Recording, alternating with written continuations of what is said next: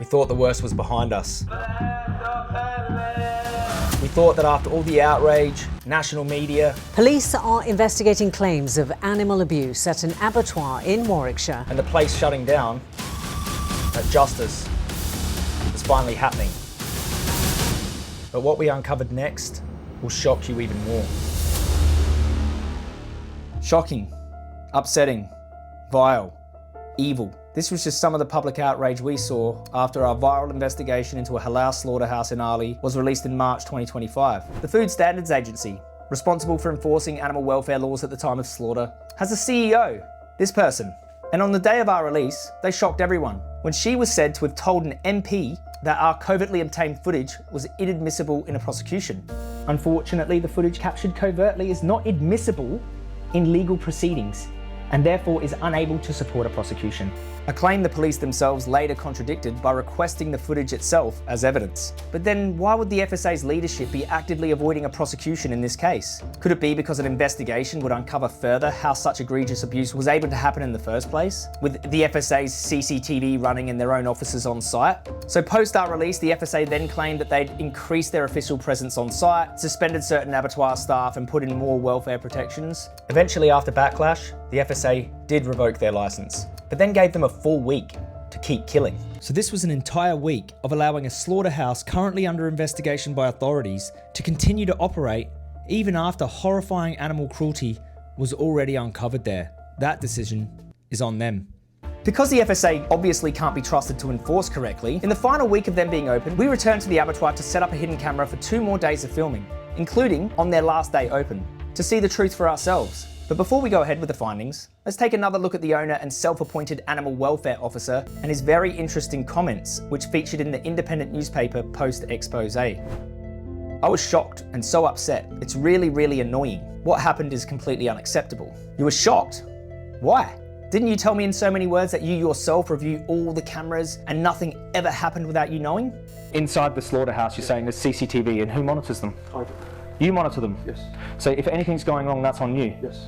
If it's not run correctly, the FSA will shut it down. And I know that it's run correctly, and I know everything's absolutely fine with this place, and I control everything, because I can control everything. Was that all lies? Or were you telling the truth? The business was increasing welfare checks, adding cameras to eliminate blind spots, and bringing in more experienced managers, he said. Okay, well, we'll see if that stands up to scrutiny in a moment. He said it was a new operation, and he was inexperienced when the filming took place. Isn't that interesting? That's very different to what he told me in the conversation that I secretly filmed. I've been in this trade since I was a kid. I've been to a lot of big places, and I think I can do it better. So before our expose, he was in the trade since he was a kid. But only now, after the cruelty has come to light, he was inexperienced. That's very convenient, and also worrying how such an inexperienced person was allowed to be an animal welfare officer at an active abattoir killing 1,000 sheep a week. All I can do is assist the authorities with their inquiries and make sure we do whatever they think is appropriate and take relevant steps to make sure that this never happens again. Alright, no more speculation. Let's see for ourselves what the new footage has uncovered. And let me preface this by saying in this follow-up investigation there was only 1 camera set up, not multiple like last time, because this time it was a little bit more risky to be inside. So what we have is only a small window of what was happening. So it was likely much worse. The footage you're about to see will be censored, non-graphic, but the completely uncensored, fully graphic version of the footage will again be linked below this video. Jenny Mace, lecturer and animal welfare expert, analysed 12 hours of footage from 2 days of filming. She documented terrified sheep. Indicated by quite manic escape behaviour. Extensive pain post-cut. Indicated by their writhing bodies, gasping, tail wagging and head swirling. Sheep forced to face others post-slaughter and hoisting. This actually used to be illegal up until 2004. And staff behaving inappropriately given the setting.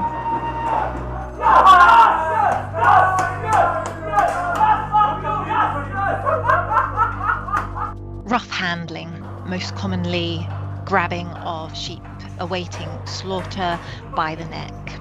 It's sheep slipping, cases of a lack of consciousness checks, and cases of sheep being placed onto the restrainer before the slaughterer was ready. Since our last expose, a 20-second timer was installed and some type of eye checks carried out. but Jenny still reported a high probability of consciousness remaining post-cut.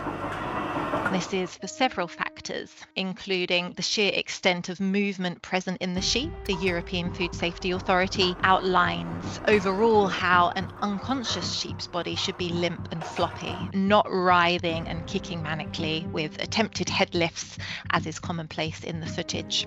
As well as that horror, and even with new staff in place, ineffective slaughter techniques were also documented. So, not succeeding in cutting both of the jugular veins and both of the carotid arteries in one swift motion as required by law. One indicator is blood squirting as opposed to gushing and pouring. She also noted a lack of oversight on checks for consciousness, also just not checking for multiple indicators of consciousness, as one alone is insufficient. In terms of the possibility of consciousness remaining in sheep when moving them from the restrainer and hoisting them, this is actually deemed very high based on this footage. Now this fact is incredibly concerning, as our last investigation exposed many animals dismembered, whilst very likely still conscious. This time, due to the absence of any indication of emergency stunning taking place in the dismemberment area, even with just this one angle, we can still confidently infer that at least some of these sheep are being skinned and cut up whilst alive and still conscious. An inexcusable act, which is truly sickening. So let's just hope that the owner's claim that his new CCTV cameras are now covering blind spots is true, but we'll have to wait and see. On the final day, before they shut down, came the hardest scene for me to watch. Hundreds of bouncy spring lambs suddenly arrive for slaughter. They know something isn't right. Many try to escape. But of course, their attempts are in vain.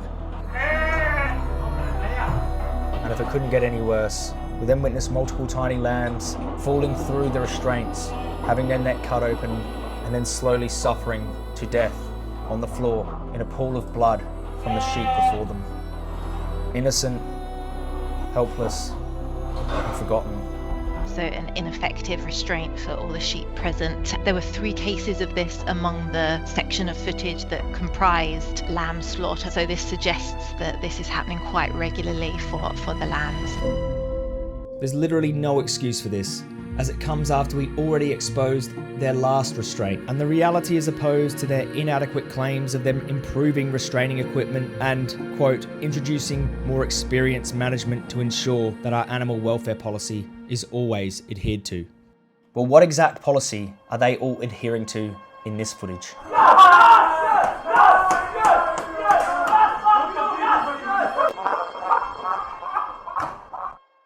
So these shocking findings reveal that even after the scrutiny, the public pressure, the extra staff, the supposed extra cameras, the owner's apparent extra experience, and the FSA breathing down their neck, there were still dozens of serious instances of cruelty taking place here, along with terrifying animal suffering.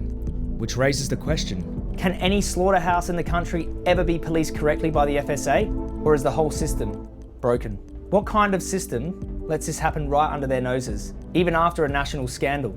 Could the FSA be compromised? For many families, including my own, coming together over a roast dinner is a strong and cherished ritual. Furthermore, why on earth was this place ever licensed to begin with? Even after the owner claims he lacked any experience. And worryingly, the owner now has a chance to appeal to have his license returned, and which I've been told he's already in the process of doing.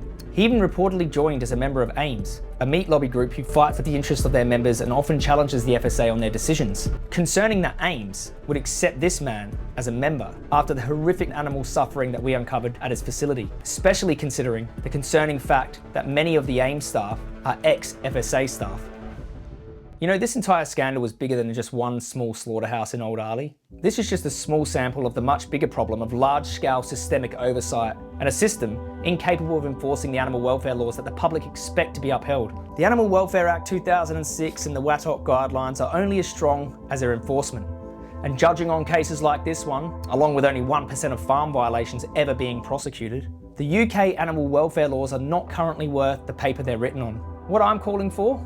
An entirely new agency, one that is not primarily focused on food safety, but one that actually puts the animals first. An agency that actually cares to police the industry and give strict oversight, And this new agency would allow for the CCTV footage that films across all slaughterhouses in the UK to be public access. Otherwise, all these so-called welfare laws are nothing but smoke and mirrors. Fairy tales that the industry tells itself to make themselves feel better about the diabolically cruel, ethical disaster that is the meat, milk and egg industries. So, everyone watching this, don't give them your money. Eat plant-based food and teach the industry a little lesson in supply and demand. Demand change by refusing to supply them with your money any longer. Together we can push for the accountability the animals actually deserve. Again, we've lifted the veil for you and you've witnessed the truth. Now they can't hide it. And to anyone who's still buying animal products from this broken system, you have to ask yourself, what else are they hiding from you?